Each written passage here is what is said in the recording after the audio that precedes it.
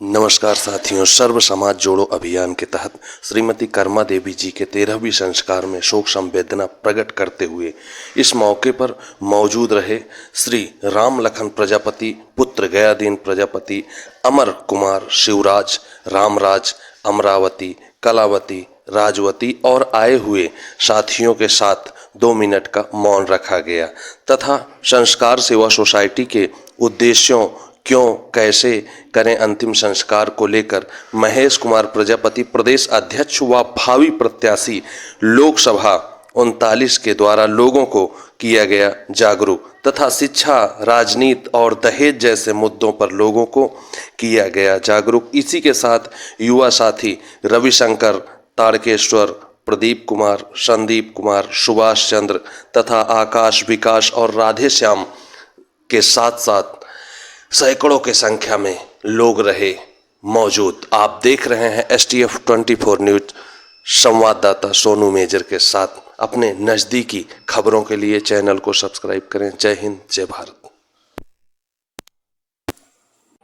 यहाँ पर रायबरी में शोक संवेदना व्यक्त करने के लिए दादी जी के आत्मा के शांति के लिए प्रकृति से प्रार्थना करेंगे कि इनके परिवार में कोई क्षति न हो और इनके आने वाले जो पीढ़ियां हैं वो खुशी रहें। इसलिए दादी जी के आत्मा की शांति के लिए 2 मिनट का मौन रखेंगे।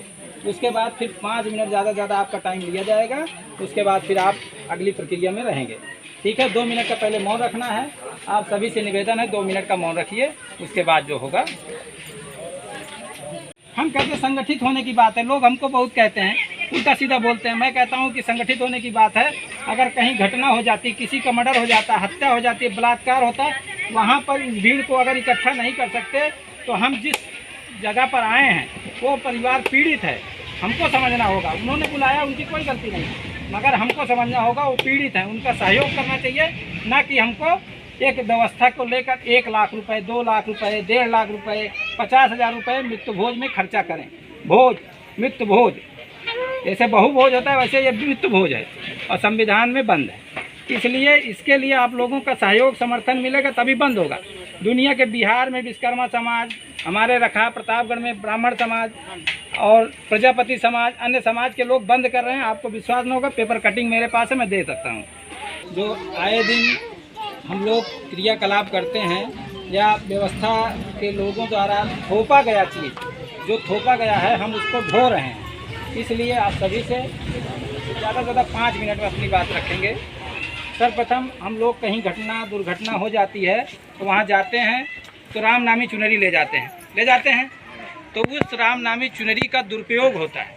घर वाला कफन लाता है, हम आपसे निवेदन करते हैं कि उस चुनरी को मत ले जाइए। जो राम नामी चुनरी है, परिवार वाला लाता है, उससे वो व्यवस्था करता है। आपको अगर कुछ देना ही है तो उनकी आर्थिक मजबूती के लिए वही चुनरी का पैसा आप उस परिवार को दीजिए।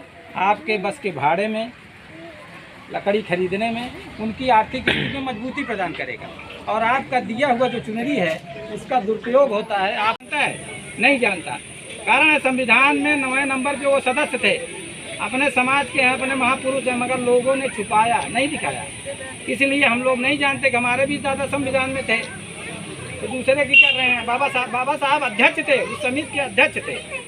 बनाया इन लोगों ने, नेतृत्व दूसरा कोई किया, वो उसको लोगों ने हाईलाइट कर दिया कि बाबा साहब ने संविधान बनाया। मैं कहता हूँ संविधान में 299 व्यक्ति थे, उनकी जन्म जयंती क्यों नहीं मनाई जाती?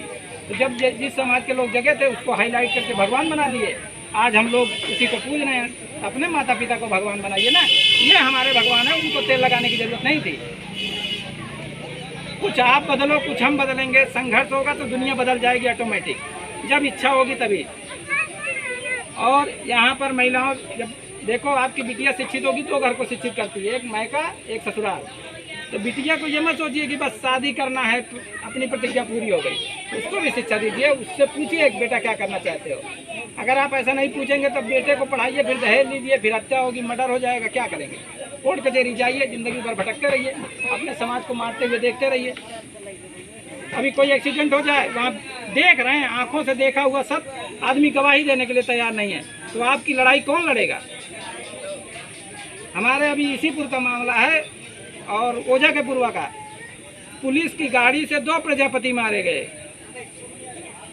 उस समय जितने उस गांव के प्रजापति थे सबको मैंने अपील किया, पूरे जिले में मैसेज किया, वहां पर धरना प्रदर्शन के लिए एक भी व्यक्ति तैयार नहीं हुआ। यशोवंतु हाथ पैर जोड़ने लगा। इसी प्रोग्राम सेवक ठाकुर हैं, उन्होंने कहा नेताजी आप कंट्रोल हो जाइए, सब हो जाएगा। हमने कहा मेरे समाज की लड़ाई है, मैं लड़ूंगा। 48 घंटा तक लाश को रोका था अकेले दम पे, मगर कोई साथ नहीं दिया। नहीं 2-2 नौकरियां उस पुलिस विभाग से आपको मिलती और मिलने के लिए तैयार थी, मगर आप संघर्ष से फेल हो गए, इसलिए 2 नौकरी आपसे हाथ से निकल गई।